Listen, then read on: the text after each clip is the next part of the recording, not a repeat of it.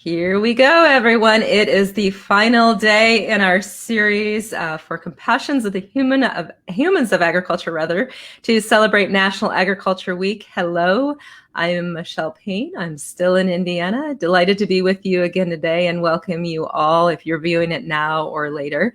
And today I have been looking forward to having this gentleman, Jason Medows, on with us to talk about exercise and medication and stress management for agriculture. So Jason, welcome. We are so happy to have you here today.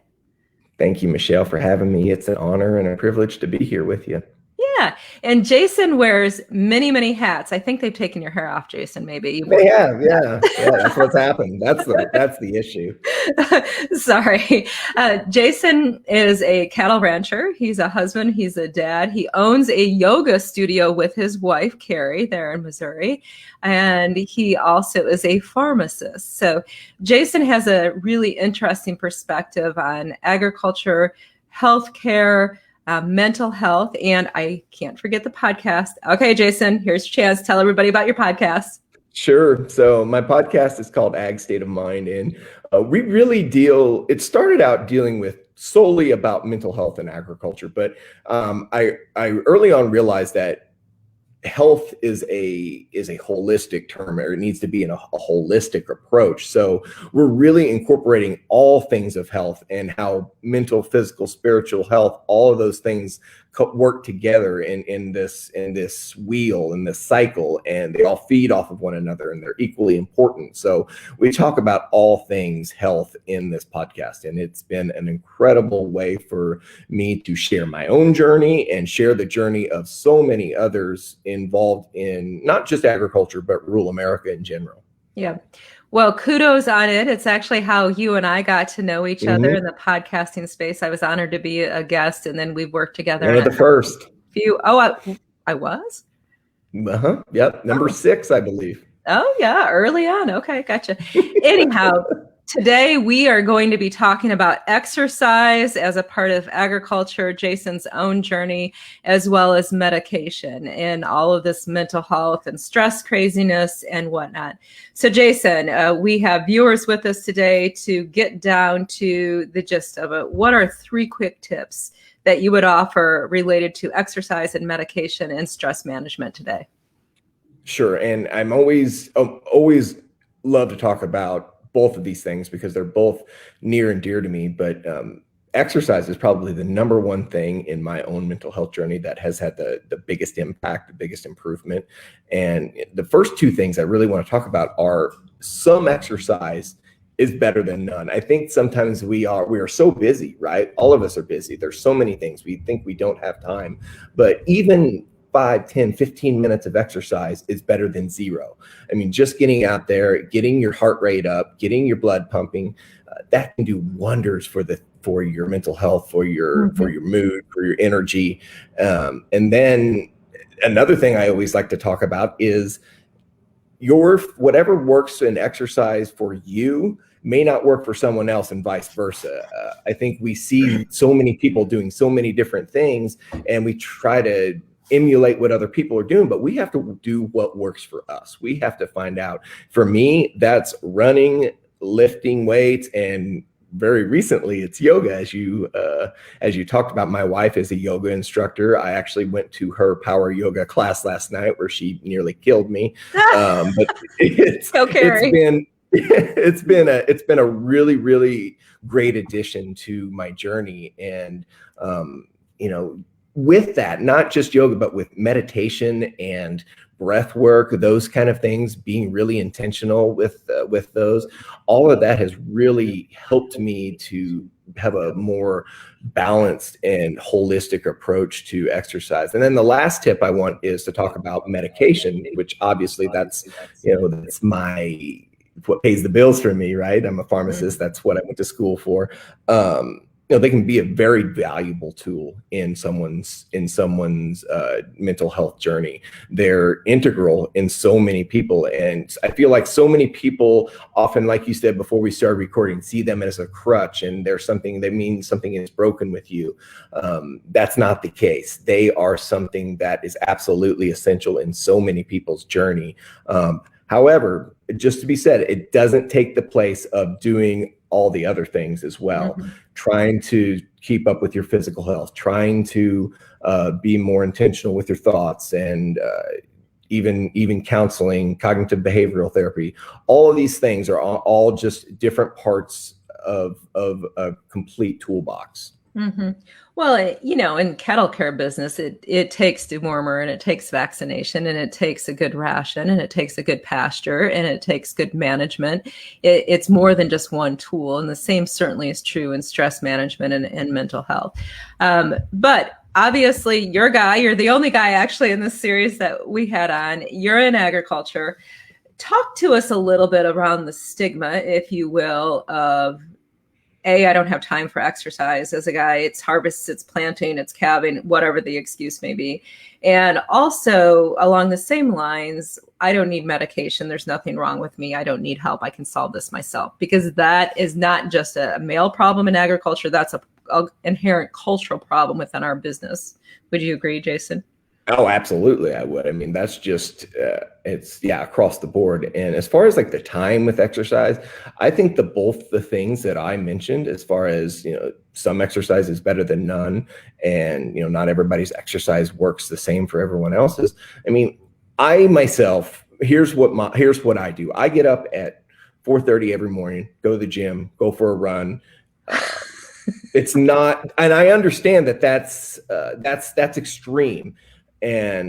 But it doesn't always have to. It didn't start that way. It started by me getting up probably about 30 minutes earlier than normal, taking 20 minutes to do a workout, lift weights, and probably 3 times a week. I mean, I didn't start where I am now. It's evolved, and there are times where I don't get the things done like I would like to do as far as working out. When we had that cold snap last month, I didn't work out for 2 weeks. I mean, I worked out, it was cutting ice and everything else, feeding hay, but not my normal running and whatever else.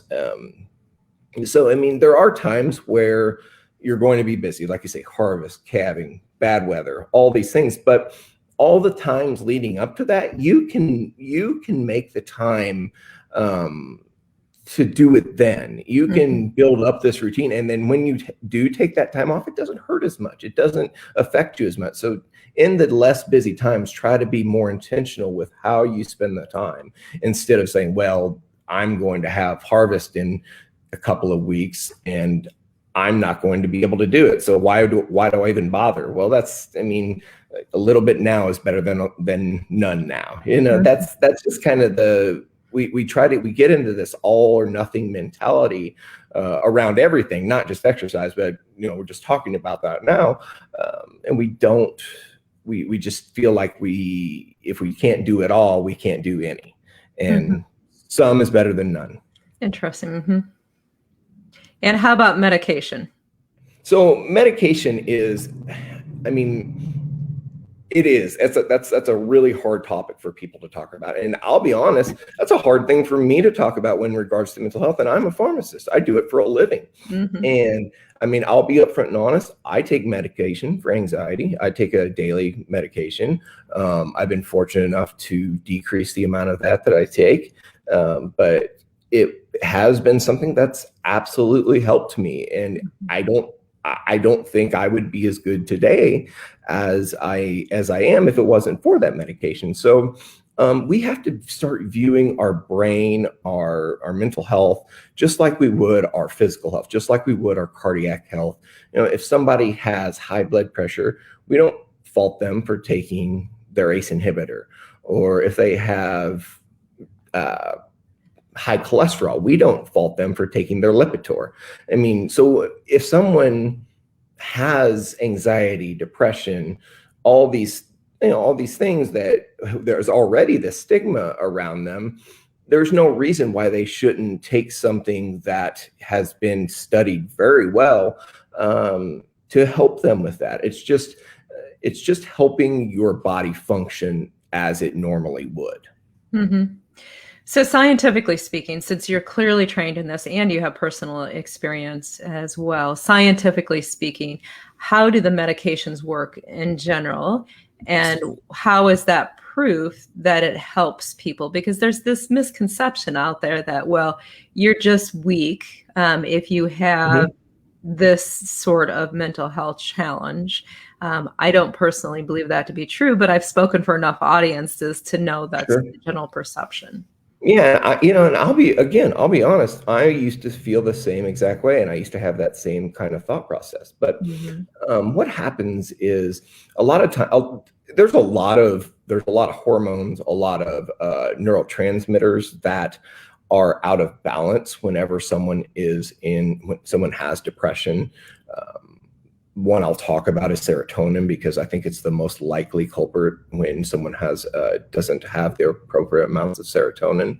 And the most common meds prescribed for depression and anxiety are selective serotonin reuptake inhibitors, SSRIs. Those are like your Prozacs, Zolofts, Paxil, Celexa. There's several in that class, and what they do is they increase the amount of free serotonin, so your serotonin doesn't get uptick as much, so it's allowed to be out there more free, and you're allowed to absorb it more. So that is something that really should happen naturally, but sometimes our bodies just don't, for whatever reason. There's no real necessary reason that these things happen. They just do. And we know that by increasing the amount of free serotonin in the synapses between the neurons, that this will lead to an improvement in this condition. Mm-hmm.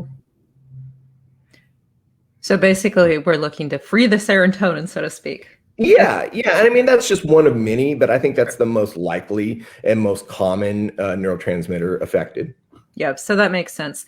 All right. So let's turn to exercise. And as we're taking a turn back to exercise, if any of you watching have questions, or if you want to pop in and introduce yourself, if you are on my Cause Matters page, we can see your comments. I will have to go check my profile here on my phone here in a second to see those. But do feel free to ask questions. We always love to have others join in the conversation. But going back to exercise. So here's the deal that I have found personally on exercise. In full disclosure for everyone, if you're not aware, I've had 4 knee surgeries. I honestly probably would not walk very well if I didn't exercise. So I have that as a motivator. But I'm not a nice person if I don't exercise. Jason, do you find that you're not very nice? Yeah, absolutely. Yeah. And my daughter, who is an avid distance runner, in the times that she has to take weeks off, she too is not a nice person, which I will tell her to her face, so I can say it because it's just that natural high, right? And I know personally, I don't always feel like going to the gym. You know, I'm a business owner, I'm a mom, I'm a wife, I have cattle. There's always somebody who needs something, and the last thing I need to do is to go to the gym. But those are the days personally that I find the greatest reward, is when it's the hardest to go, because I spend twice a week, and I usually do kickboxing once a week. And then if Pilates fits in there, I get that in there too. But I personally have to have standing appointments on my calendar because that's the way that my schedule works. And Jason, I will tell you, I admire you getting up at 4:30, did you say? Yeah, 4:30. Yeah. Yeah, I'd rather go beat my head against the wall. So kudos. But my point is that there's a lot of different ways to fit in exercise. And how have you seen your journey in exercise change and benefit you? Because am I correct that you were once quite overweight and didn't exercise at all? Yeah, I mean, yeah. And